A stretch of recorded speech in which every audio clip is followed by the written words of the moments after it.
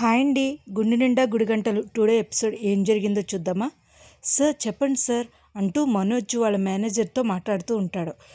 మనోజ్, మీ రియలిస్టిక్గా ఉండాలయ్యా, మనం చేసేది బాగుండాలి.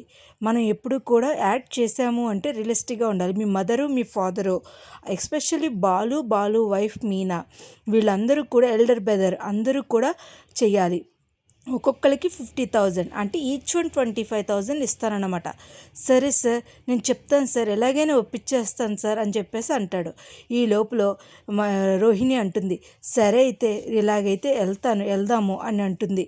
కానీ రోహిణి మాట్లాడుతుంటే మనోజ్ అంటాడు, ఒక్కొక్కరికి 50,000, ఒక్కొక్కరికి 25,000, జంటకు వచ్చి 50,000 ఏమీ ఇవ్వక్కర్లా, ఫ్రీగా చేస్తారంటూ ఉంటాడు.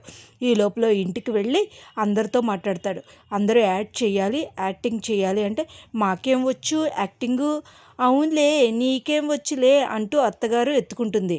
అవును మరి, మీ తమ్ముడు దొంగతనం చేశాడని చెప్పేసి ఎంత యాక్టింగ్ చేసావో నువ్వు అంటది. ఈ లోపల అదే మీనా ఏమంటదంటే, అవును మరి, మీ అబ్బాయి 40 లక్షలు పట్టుకెళ్ళిపోయినప్పుడు మీరెంత యాక్టింగ్ చేశారో, మరి క్యారేజీలు అందిస్తే అతను వెళ్ళి గుళ్ళో కూర్చుని పార్కుల్లో కూర్చుని చేశాడు, అదెంత యాక్టింగ్ చేశారో మరి మీరు అంటే, అలా కాదు నేను చేయనండి, నాకు తెలియదండి అని అంటే, నువ్వు చేయకపోతే నేను ఎందుకు చేస్తాను మీనా అంటాడు. ఈ లోపల ఎల్డర్ బ్రదర్ ఏమో నేను చేయను అంటాడు. శృతి కూడా నేను చేయను అంటది.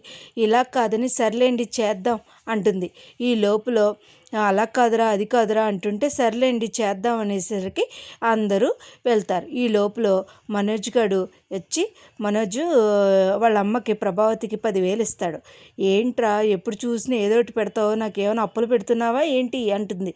లేదమ్మా అని చెప్పి చేతిలో 10,000, బాబోయ్ 10,000 ఎంత బాగుందో, ఇలా రోజుకు యాక్ట్ చేస్తే 10,000 ఇస్తారనమాట అని చెప్పేసి అనుకుంటూ ఉంటుంది. ఇలాగ అందరూ మాట్లాడుకుంటూ ఉండగా తెల్లారిపోతే యాడ్ చేయడానికి వాళ్ళ మేనేజర్కి అతను ఎవరికైతే డబ్బులు పెట్టారో అతను యాక్ట్ చేయడానికి రెడీ అవుతారు. అందరు రెడీ అవుతుంటే అందరూ ఒక్కొక్కరు రెడీ అవుతారు. కానీ ఈ లోపల డైరెక్టర్ ఒక అతను ఉంటాడనమాట. ఆడొక పెద్ద చండశాసనుడు, అస్తమాను ఏదో ఒకటి అంటూనే ఉంటాడు. ఓ డైరెక్టర్ వస్తాడనమాట. వస్తే అతను అస్తమాను డాష్ అంటూ ఉంటాడు. ఈ లోపల మనోజ్ వచ్చి, ఏంటయ్యా అతను డాష్ అంటే ఫిల్ ఇన్ ద బ్లాంక్స్ అండి, ఏదో ఒకటి రాసుకోండి అని చెప్పేసి వెళ్ళిపోతూ ఉంటాడు. ఏవయ్యా అంతా రెడీయేనా, ఆర్టిస్టులు అందరూ రెడీయేనా, రియలిస్టిక్గా ఉండాలయ్యా, ఏమనుకుంటున్నావు, డాష్ లాగా ఉండకూడదు అంటే, మీరేనా ఓనర్స్ కింద నటించేది?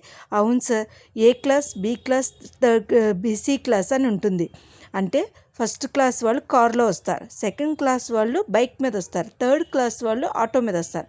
అప్పుడు దానికి ఫస్ట్ మీరు ఎవరు, మనోజ్, రోహిణి, తర్వాత శృతి అండ్ వాళ్ళ హస్బెండ్, తర్వాత మీనా, బాలు అంటూ అనేసరికి, అంటే నేను లో క్లాస్ నాన్న అని అనేసరికి, ఇంకా అసలు ఏమీ మాట్లాడకద్దురా, నువ్వేమీ మాట్లాడకురా అంటూ మనోజ్ ఇస్తూ ఉంటాడు.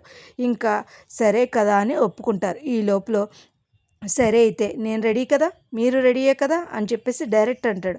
నాకు ఎక్కువ విసిగించకూడదు, అర్థమైందా?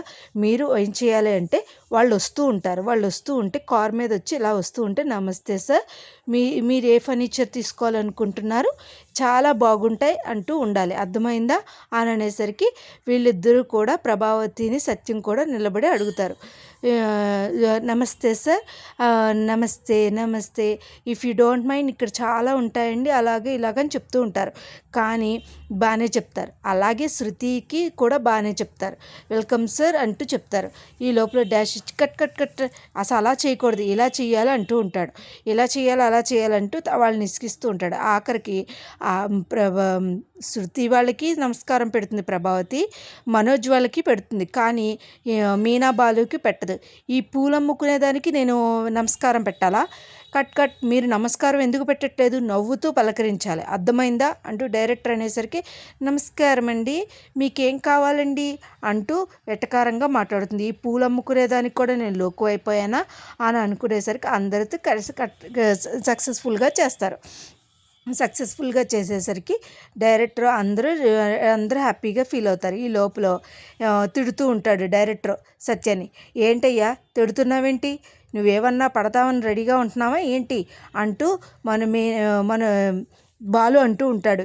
ఏంటి అసలు ఏమనుకుంటున్నావు నువ్వు, పేమెంట్ తీసుకున్నప్పుడు ఆ మాత్రం పడలేవా అని అనేసరికి, పేమెంట్ ఎక్కడ తీసుకున్నావు, ఫ్రీయే కదా నువ్వు, ఏంటంటే ఆగరా ఒకసారి సార్, ఆగు మనోజ్, నువ్వు ఆగు డాష్ అని అనేసరికి, ఏంటండి, అవును ఈచ్ వన్కి 25,000 ఇచ్చారు, అంటే కపుల్కి వచ్చి 50,000, ఊరికనే చేస్తున్నావా నువ్వు అని అనేసరికి, ఇంకా మనోజ్ అయితే ఎప్పుడైతే చెప్పలేదో ఆ విషయం అందరూ స్టన్ అయిపోయి, శృతి, మీనా, బాలు, ప్రభావతి అందరూ కూడా స్టన్ అయిపోతారు.